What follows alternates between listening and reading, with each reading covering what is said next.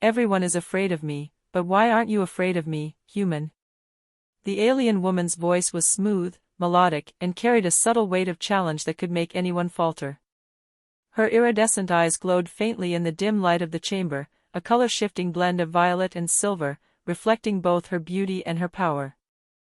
I swallowed hard, gripping the edge of the metallic railing between us. The rest of the crew had fled hours ago when the containment field went down. Every human on this station was scared, every human except me. I don't know, I said carefully. Maybe because I choose not to be. She tilted her head, a movement both predatory and curious. Her long, silver hair floated as if underwater, reacting to her subtle, telekinetic presence. Her armor-like skin shimmered with an almost liquid quality, constantly shifting in patterns of protective scales. She was one of the feared Dravari, a warrior race known for their lethal prowess and merciless efficiency. Entire colonies had fallen to them, and now I was standing in front of one, alone. You are strange, human, she said softly. All others bow, cower, or flee.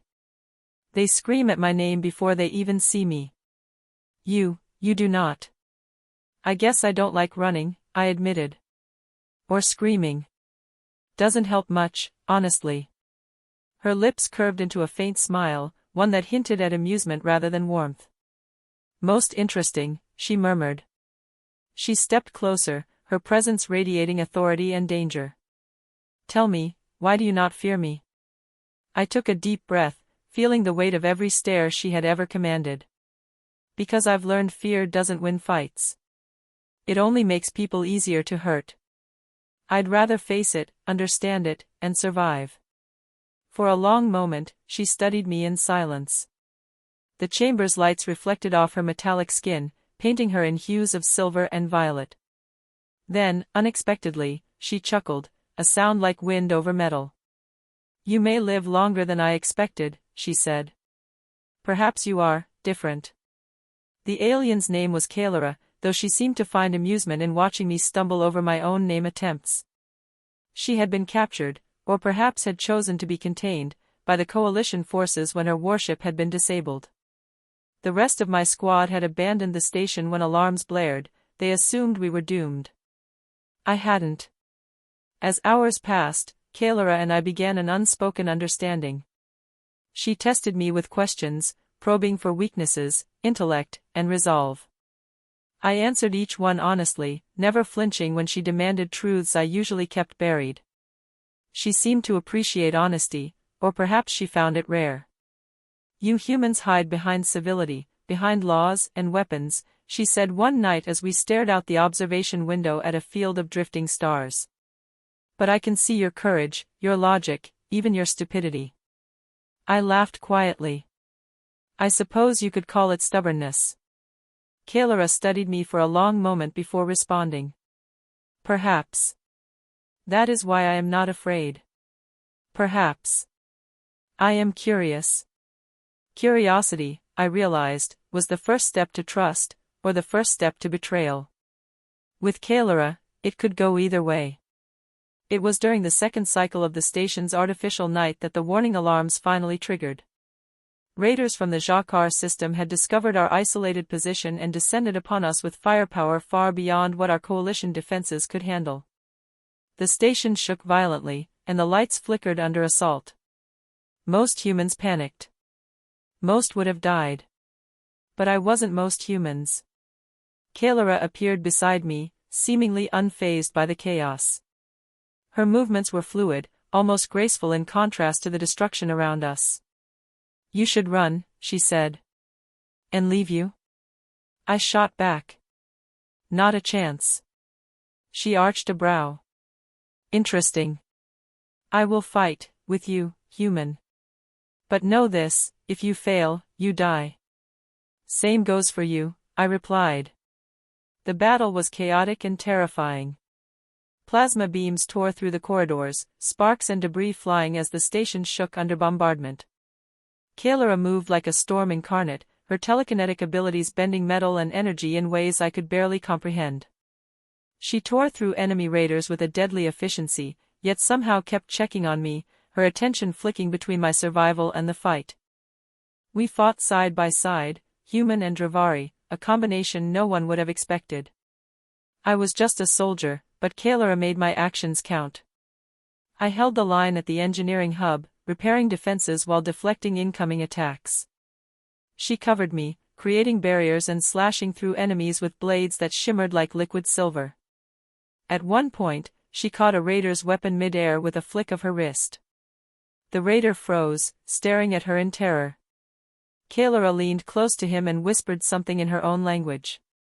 The raider collapsed, unconscious, and she turned to me, shrugging. "Fear works both ways," she said. When the station's alarms finally fell silent and the last of the raiders were neutralized, the aftermath left a haunting silence. Smoke curled through the corridors, and the hum of emergency generators replaced the violent symphony of battle. Kalara and I sat on a fallen support beam, observing the destruction. She had stopped her shifting armor and appeared almost human in repose. It was a strange sight, a creature capable of mass destruction now quietly observing the wreckage with me. "You surprised me, human," she said softly. "No one survives like you did today. Perhaps that is why I am not afraid." I laughed quietly, the sound hollow. "Maybe we just make a good team." Kalara's eyes softened slightly, a rare show of emotion for someone of her kind. "Yes, perhaps. But know this, human, if you betray me, I will not hesitate. You would not survive me for a second." "I wouldn't expect you to," I replied. "And neither would I." In the days that followed, Kalara and I repaired the station as best we could.